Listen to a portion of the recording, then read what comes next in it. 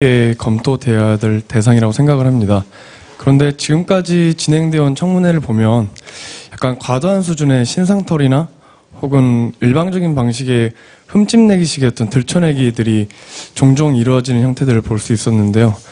이를테면 어떤 후보자가 유흥업소를 드나든 경력이나 혹은 어떤 사적인 소비 영역까지 이렇게 들춰내서 공격하는 경우들을 종종 볼 수 있었는데 그런 지나치게 사적인 영역까지 과연 후보자의 자질로서 검증을 받아야 되는 영역인지 저는 좀 의심스럽고요. 네. 좀 바람직한 청문회로 발전하기 위해서는 도덕성이 어떤 후보자로서 검증받아야 되는 굉장히 절대적인 요소인 것으로 인식되는 것이 아니라 어떤 굉장히 합리적인 수준에서 그 도덕성의 검증이 이루어져야 되지 않을까 생각을 합니다.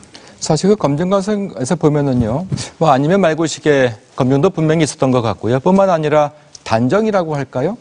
충분히 더 해명이나 소명이 필요한 대목임에도 불구하고 그냥 단정을 해버리는 경우도 분명히 있었을 것 같은데 말씀하실까요, 박사님? 아까 이제 얘기가 끊겨가지고 그거 좀 더 하면요, 저는 논의의 순서가 좀 이렇게 돼야 된다고 봅니다. 일단 인사청문회 제도 개선 얘기하기 전에 그건 아까 충분히 말씀하셨고요. 먼저 이제 사전검증의 부분을 어떻게 앞으로 할 건지 이 부분에 관한 이제 답을 여당이나 이제 당선인 쪽에서 먼저 내놓고 그리고서 그게 수용이 되면 그 다음 얘기를 하는 게 좀 논의 순서라고 그럼 여야가 같이 하시는 거 아닙니까? 당선인 측만이 아니더라도 지금 말씀하신 것은 충분히 정치권에서 얘기할 수 있을 것 같은데. 아니죠. 그건 이제 국회 부분이 아니라 국회 제도로 말할 수 있을 것 같다는 얘기죠. 청와대나 그건 이제 인사청문 제도고요.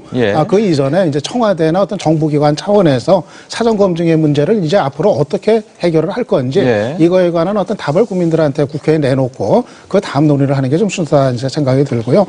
그리고 이제 이번 일 같은 경우는 사실은 좀 이 의제의 문제가 상당히 좀 달려 있었다고 이제 봅니다. 이제 김영준 이제 후보자 같은 경우에는 사실은 지금 현재 이명박 정부의 청와대에서도 지금 갖고 있었던 200개의 질문 같은 거 이런 것만 정말 며칠 동안 했더라도 적어도 이런 상황은까지 가지 않을 수 있었을 거고, 그리고 일단은 언론들이 의혹을 막 이렇게 제기했을 때 정작 청문회 준비하는 총리실 쪽에서는 그거에 관한 기초 자료를 그때서야 이제 구하러 다니는. 그러니까 그 후보자의 어떤 신상과 관련된 가장 기초적인 자료조차 확보가 안 되고 확인도 안 된 상태에서 그냥 이제 후보자로 이제 지명이 됐었던 문제니까 저는 이거는 두 가지입니다. 하나는 기본적으로 이제 의제 문제, 사전 검증에 대한 의제 문제가 하나 있고 또 하나는 지금 국민들하고 국회에 내놓아야 될 게 앞으로 지금 박근혜 이제 정부가 들어섰을 때 이 사전 검증의 문제를 이제 제도적으로 어떻게 해나갈 건지 이 얘기를 하고 그리고서 이제 인사청문회 제도 개선 얘기를 하는 게 좀 순서다. 저는 그렇게 제가 조금 말씀드리겠는데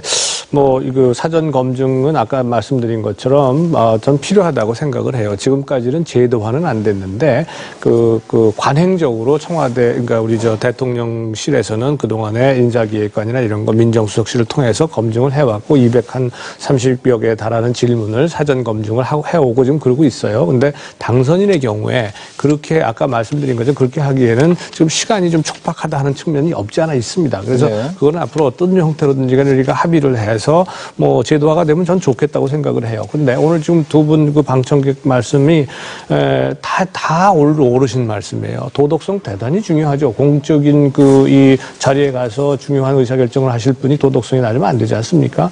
반드시 검증해야 됩니다. 또 공직을 수행하는데 그 도덕성만 가지고 하는 거냐? 그건 아니지 않느냐라고 하는 측면도 이해가 갑니다.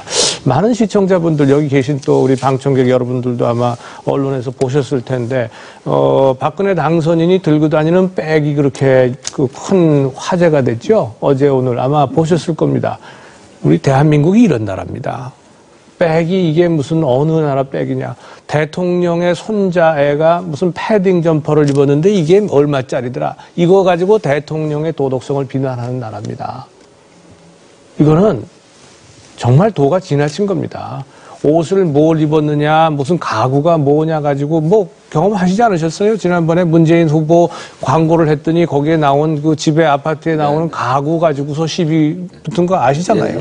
이런 나라입니다. 그 순간적으로 지나가는 광고 속에서도 그렇게 찾아내가지고 온갖 얘기들이 퍼져나가는 그런 겁니다. 김영준 후보 지명자 같은 경우에 저는 좀 아쉬운 건 있어요.